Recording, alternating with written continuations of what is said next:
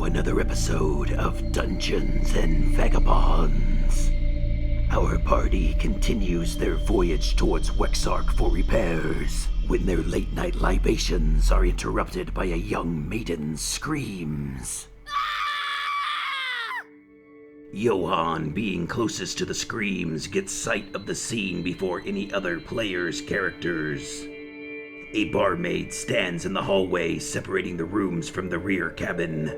The room in front of her, door now fully open, reveals the deceased bodies of the noble couple, Thaddeus and Martha Toblerone. The door to the adjacent room, belonging to Rickett, flings open as he and Waldorf swiftly exit and take in the scene. I want to run up there and investigate the bodies. Roll a medicine check. Nat 20. Their eyes are swollen, and the skin looks edemic and discolored, a pale greenish gray, with dark spots on their faces and severe mottling on the distant extremities. This looks like death resulting from some sort of poison or disease. You find no bruises, abrasions, open wounds, or puncture marks that would indicate an attack. You estimate they have both been dead for at least an hour. The screams were heard throughout the ship, bringing many of the patrons aboard to the scene, including the performing magician. Merlock's bearded face only briefly looks over the heads and shoulders of the ones clamoring to get a better view of the Toblerones in their room. Seemingly uninterested and apathetic, the mage then slinks back into his bunk, causing a puff of incense smoke to be ejected from the room as he closes himself in. Waldorf and Rickett inspect the bodies and confirm Johann's suspicions. Aye, obviously some sort of toxin it was. Definitely poisoned. Waldorf stands back, maintaining a stoic expression as several deckhands approach, all discussing contagion and the best procedure for removing the bodies. Orson, did you follow the crowd up the stairs, or what are you doing now? Well, yes, I head up the stairs. Not only am I proficient in medicine, but Jacques is also a doctor, so we will both go fulfill our Hippocratic oath. You hop up to the room where Johann examines the body, and Rickett is now performing some sort of druidic magic. A restoration spell by the look of it. Well, a bit too late to help these poor souls, unfortunately. But that ought to at least stop any contagion from spreading, it should. Aelia, as you exit Clem's room, you hear the scream. Francis's door flies open shortly after, obviously due to the commotion. Ooh, I'm gonna run over to his room and say, "Come on, guys, someone could be in trouble. Let's go for the Simonian Guard." And then I run, trying to get them to follow me toward the screams. Roll persuasion with advantage. 15. You dash out onto the deck and look over your shoulder as you run, seeing the knights following closely behind you. Also, give yourself inspiration for the excellent role-playing. Yeah! Okay, Clem, you now notice the coast is clear, so you go to search Francis's room. Roll an investigation check. That'd be a 12.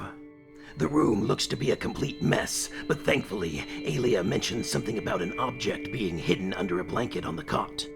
You quickly locate the small wooden coffer. Do you open it?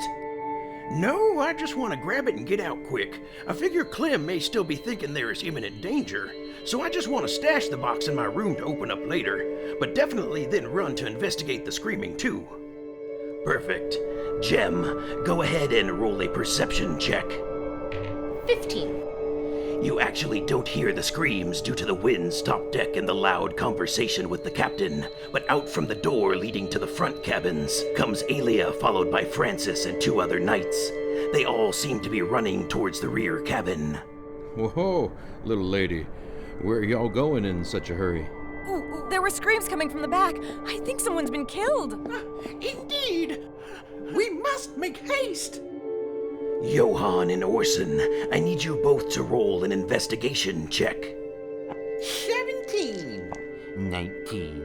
Johann, you start looking around the room and find a very small, brightly colored frog hiding amongst some fine garbs overloading one of the room's vanity chests. You both recognize the frog as being similar to the ones encountered in the swamp the other day. Orson, you then find a second frog with similar coloration sitting on the nightstand, next to an expensive-looking jewelry box, and no one is looking your way. Yoink, +1 jewelry box. You quickly grab the gilded box before anyone sees you, except the tiny frog, of course, which then tries to leap into your hand. Roll a dexterity save. 16. Pass. You move your hand out of the way in time to avoid contact with the potentially toxic frog. As Jem and Alia make it below deck, they hear, Hey, could it have been something they ate? Alia and Jem's hearts skip a beat for a moment, believing their prank from the other night could have led to such a predicament for these poor nobles. Nay, wait a minute. Nobody move. We've just found the murderer. Look, it's the dreaded poison dart frog of the Polliwog Swamp. Before long, the captain and crew deduced that the small creature must have accidentally stowed away with the cart after recovering the eggs from the islet. No foul play is suspected and no one is directly blamed for the nobles' deaths. Well, the mystery has been solved. Though their death unfortunate, there will be no further need for alarm. Carry on, lords and ladies. It's always something. Some uncomfortable silences are shared as Waldorf realizes one of his wooden coffers containing some of the frogs he collected during the trip is missing, and several more poisonous frogs now hop about inside his room. The PCs see him recollect a few of the frogs, placing them in another wooden box, while the rest found in the noble's room are disposed of, along with the remains of the Toblerones. A thorough search is conducted of the rear cabin, but none of the other rooms seem to have any frogs infesting them, just Waldorf's and the nobles adjacent to him. Francis and his knights take a reserved stance on the matter, especially realizing that the aforementioned coffer they stole is now missing from their room. We'll be back after these messages. Pantsuits, petticoats, chemisettes, and pleated pantaloons. Complete your ensemble with the finest and hand-stitched garments and accessories. Raymond, Farrell's fine linens, gay apparel. Opening their third location in Simonia. That's right. The public just can't get enough of that Raymond Farrell drip. Find us by the South Docks, across the street from Big Red's. And remember, you can either get in with the latest fashions, or you can get out. When you're craving some meat, grab a savory treat. A sausage roll will do just fine. Breaking news! Due to recent orc sightings, citizens are advised to take caution when traveling outside the city. The Simonian Guard currently interviewing new recruits. Also, new details surface about the recent string of grave robberies. Could a local professor be partly to blame? All this and more on Nights with Newman, your trusted source for news. Hey, looks like we're back. I want to talk to Waldorf. Tell him I saw another box in Francis's room, just like the one he is putting the frogs into. Hearing that, I joined her and mentioned what I saw when Gaston broke into Waldorf's room earlier. And I was gonna go retrieve the coffer from my room, but I'm thinking it's just frogs now. Uh-oh, I hope my room's not infested. I want to check my new jewelry box, but I guess I'll go with Clem to check his room first. I get together with Rickett and ask him if he wants to write a song called The Menacing Staring Frog of the Polliwog Swamp. So tell me, little buddy, what do you say? Orson and Clem rush to return the stolen coffer to Waldorf. He just laughs as you mention the details concerning Francis and Gaston's thievery. Relax. I'm an expert when dealing with these matters. I was never in any real danger. And don't worry, all of the poison dart frogs are now accounted for. Next, Orson, inside the jewelry box, you find an estimated 100 gold pieces worth of jewelry made of silver, gold, and diamonds. The box itself could fetch as much as another 25 gold pieces. And finally... Hell yeah, you damn sure me want to write a song about the frogs of Polliwog Swamp. Hey, come on, Rocky, and let's jam.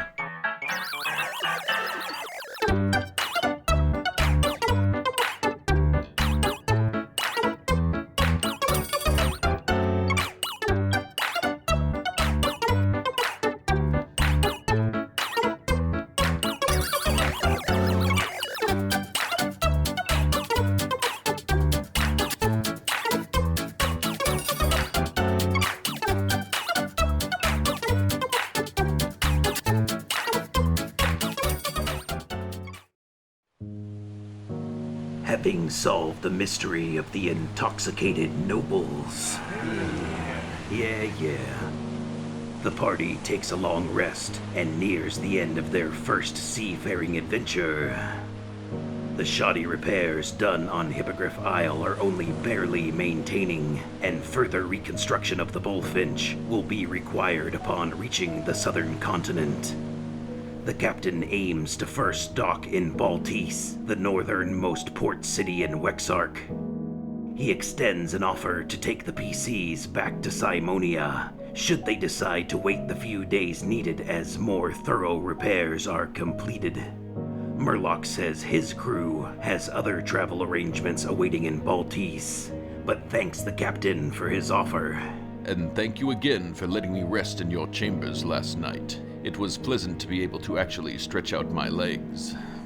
No offense intended towards your glorious vessel, of course, but those commoner cabins below can get a bit congested. I'm sure you understand. Aye, no offense taken. Regardless, the extra coin was much appreciated. And from what I hear, it sounds like there's no risk of any contagion spreading. So, some silver lining. Though I truly am sorry I couldn't reach those nobles in time to save them with my magic. What's two less nobles anyway? Besides, they signed a waiver. After relieving the night crew and issuing the morning orders, Captain Grover retires to his quarters for the day. Merlock and Waldorf meet privately on the munitions deck while the PCs work their shifts. Now I need you all to decide who is positioned where. Well, I suppose that After everyone finished arguing over who gets to play with the new ballista, the party decided that Alia would be stationed in the crow's nest, Orson and Jem on the bow, Johann at the helm, and Clem will be manning the ballista. Oh, yeah.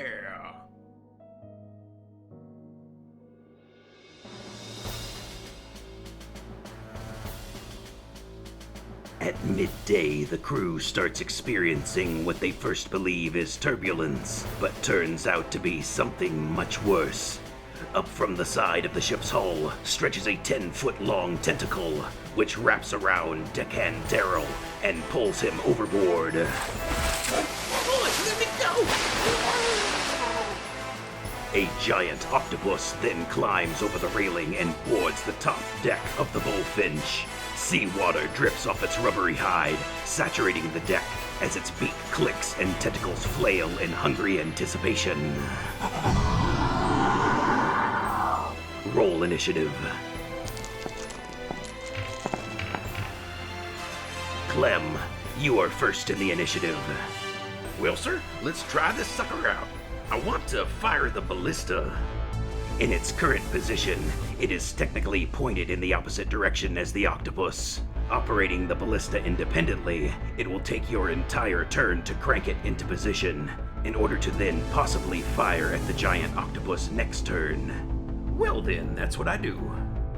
Up next in the initiative is Johann. I hold on to the wheel, since the boat can't afford to take any more damage. So I'll use my action to steer, but bonus action to give Alia a bardic inspiration die. An extra d6. Okay, now Alia's turn. Firing down on the creature with my longbow. 15 to hit, 10 damage. The octopus thrashes about, your arrow hitting one of its tentacles. Next, Sailor Sammy and Deckhand Donald grab pikes and prod at the beast, but both miss their attacks. In retaliation, the giant octopus lashes out and grapples Sailor Sammy, who is still recovering from his injuries sustained during the recent harpy attack. Sammy is hoisted up into the air by the grappling tentacle.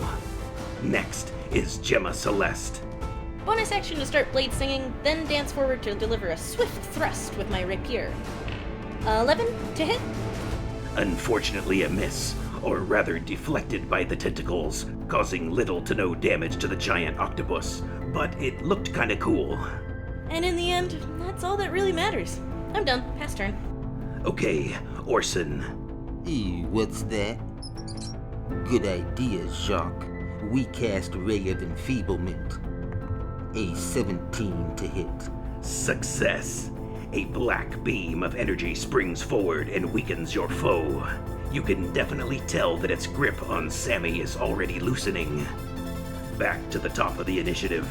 Clem. All right, here we go. Firing the ballista. A 10. I don't think that'll do it.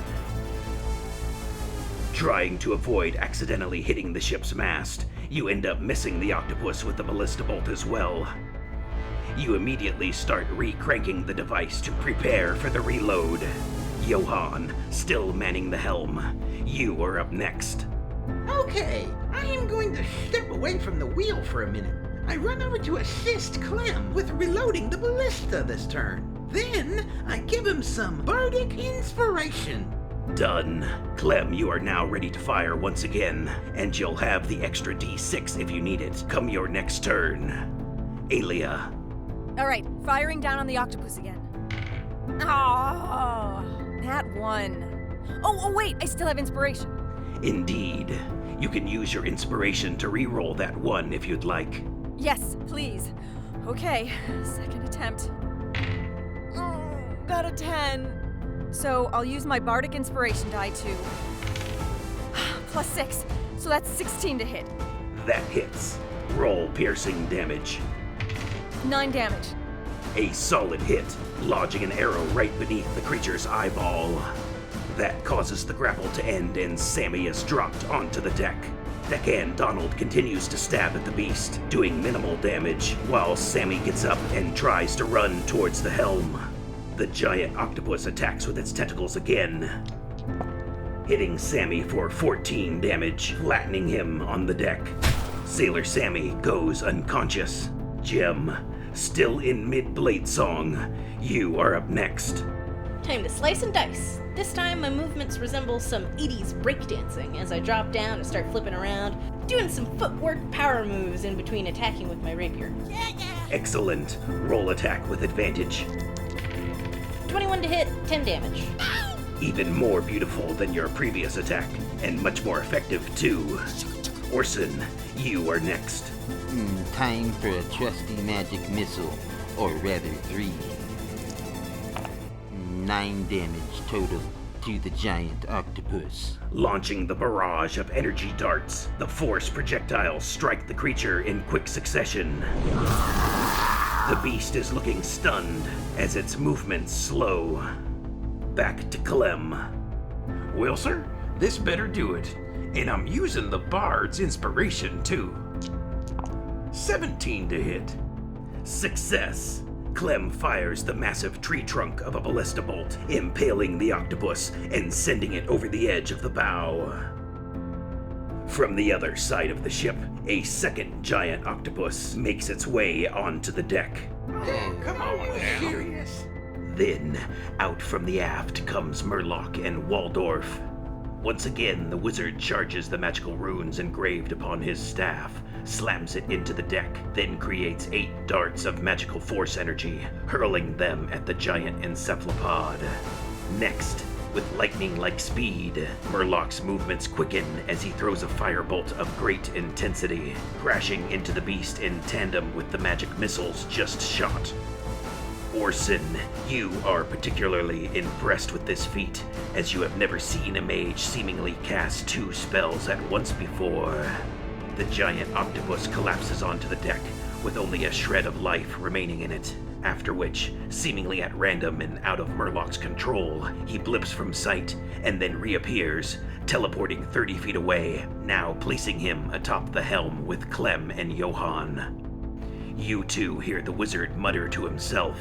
Oh, not again. Keep it together, old chum. I meant to do that.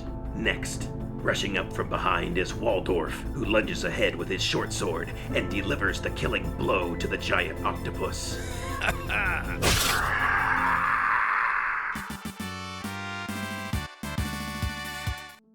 Sailor Sammy is taken below deck for medical treatment, while the rest of the crew reels themselves in from the adrenaline-laced encounter. The remainder of the voyage to Wexarch goes well, with the ship docking in the Bahl'Tise harbor by sunset. The players' characters are each paid an additional 45 gold pieces, as was agreed upon. Merlock also gives the party a standard healing potion for their troubles. Captain Grover's core crew assist Chef Gonzo in breaking down the giant octopus for market. The repairs are expected to take a full week at minimum. True to his word, though, the captain offers to take the PCs home in a week's time, so long as they help with the repairs until then.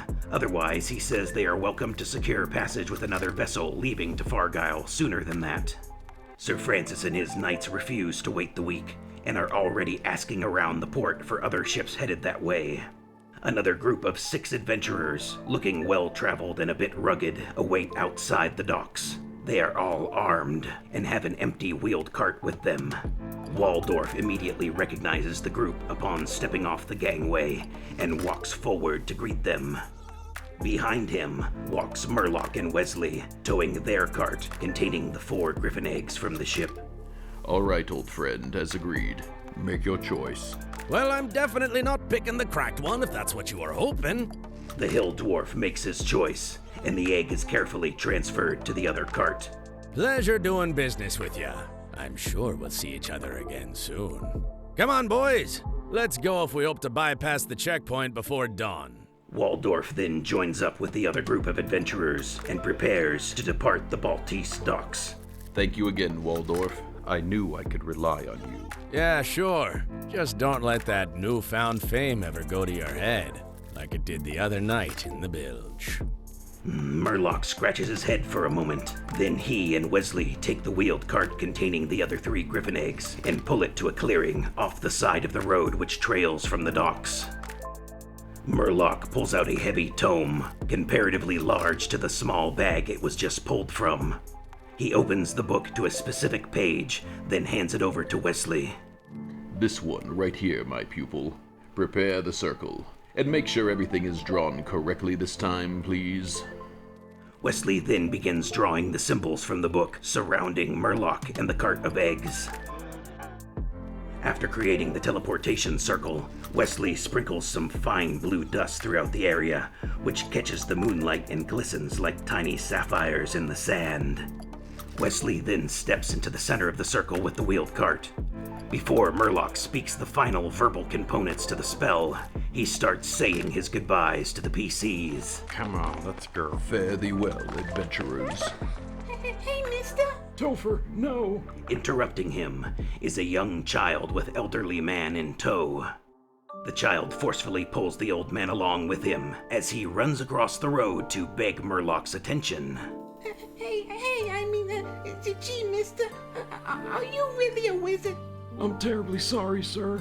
I tried to get him to stop, but it's my grandson's birthday, you see. And I'm really sorry to ask, but is there any chance maybe you could show him some magic? A trick, maybe? A trick, you say? You all see a smirk form on Merlock's bearded face, and remembering the antics that transpired with the ship's passengers, you all can't help but cringe and prepare for the worst. Thankfully, with the care and finesse of a consummate professional, Merlock obliges, creating a shower of dancing lights and bright sparks, accompanied by the illusory image of a twirling sprite, all for the little child's amusement. Striking a pose, and then ending the display with panache, he exclaims, Ta-da! Happy birthday, young man. A dumbfounded look comes over Merlock as his mustache and beard turn blue, then begins increasing in length until eventually morphing into a beard made of long blue feathers, nearly dragging on the ground.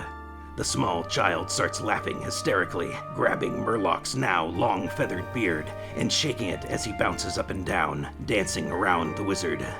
The feathers tickle Merlock's nose, causing him to let loose a massive sneeze, which in turn ejects all of the feathers and sends them flying in all directions. The shower of blue feathers float down and eventually cover the ground around the small child and grandfather. Merlock's now beardless face just smiles with a look of displacement as the old man thanks him profusely. Oh, thank you. Look at him. He's not just smiling, he's laughing. He's actually laughing. Yes, but no, it was nothing. No, you don't understand. The boy just lost his parents, and I was really starting to worry. Has hardly spoke for days, and always wanted to be a wizard like his dad. And now, you go and do something like this. Thank you, and bless you, kind sir. Bless you. The old man attempts to tip Merlock a single coin, but you can all see the wizard pull some rather sloppy sleight of hand, sneaking the tipped coin, along with a few more, back into the old man's pocket when he isn't looking. The boy gathers a few blue feathers to take with him, as he and his grandfather continue on their way home. Okay, Wesley, no more time for delays. Yeah, I'm not the one causing the delays. He then steps into the teleportation circle with Wesley and the cart of eggs, and speaks the activation words. The symbols drawn in the sand emit a bright blue flash as all the sapphire dust sprinkled on the ground ignites like gunpowder. An audible thud, like a distant cannon's boom, is heard as a wisp of smoke arises within the circle, and those standing inside are teleported away with the cart of eggs. We'll be back after these messages. Hi, I'm Farmer Furbus Jr., and I'm one of the owners here at Ephraim's Farms, the largest farmsteads in Fargyle. We here at our farms offer a variety of goods and produce, but today I'm here specifically to tell you about Farmer John's line of specialty dairy products. That's right. Farmer John and his prize cow Bessie have been supplying folks with the best milk and cheeses here in Fargyle for the better part of the last decade. Pick up some milk for your dinner table today, and don't forget to ask for a sample of one of our famous cheeses. Old Bessie is the one to really thank, and she personally produced the dairy that placed first in all categories during the last 3 years' Harvest Festival competitions. Samples offered at both Farmer John's and the Furbus Farmstead. Farmer John and Betsy's Dairy. Ask for it by name.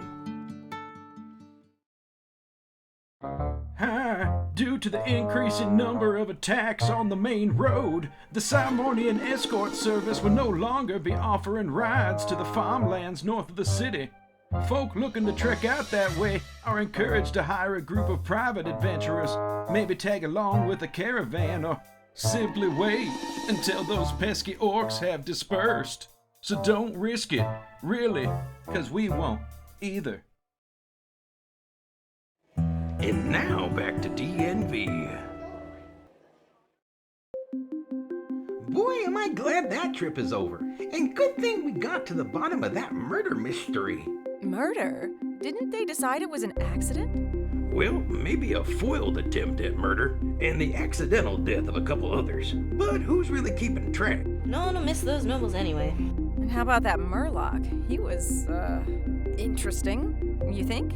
When we first met him, he seemed quite stewardly, decisive, with prudent actions. But I found him to be a bit condescending to his apprentice, and darn right rude to me when we accidentally bumped into each other and no one else was around.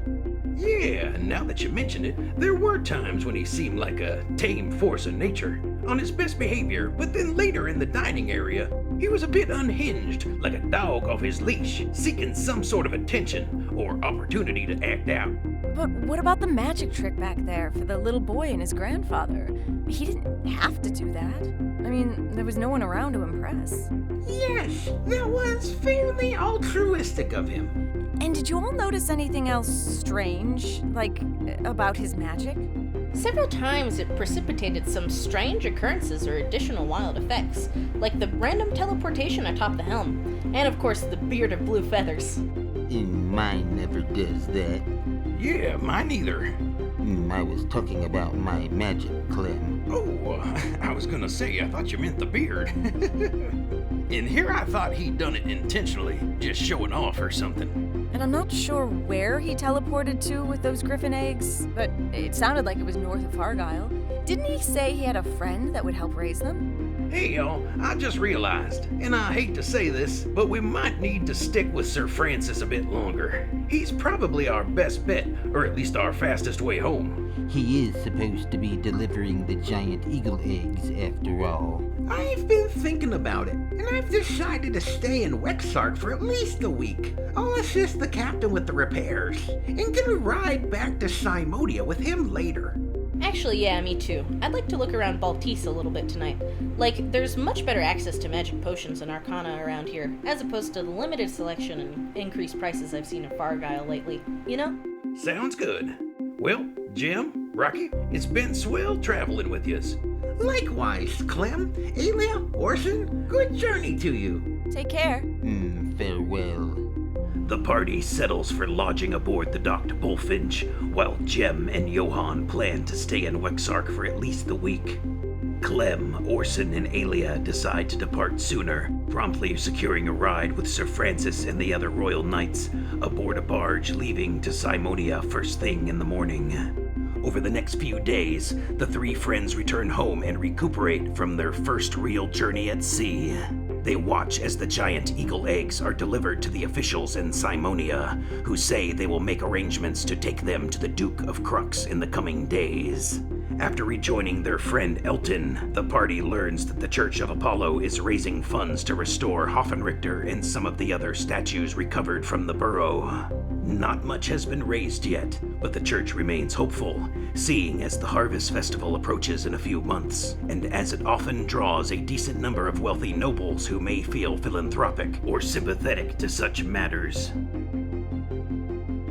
Well, that's it for this session, travelers. Thanks for tuning in. If you're enjoying the series, remember to click like and subscribe to the page so you can catch up on any missed episodes, rewatch your favorites, and be notified of all new content as soon as it drops. Until next time, we'll see you later, travelers, on Dungeons and Vagabonds.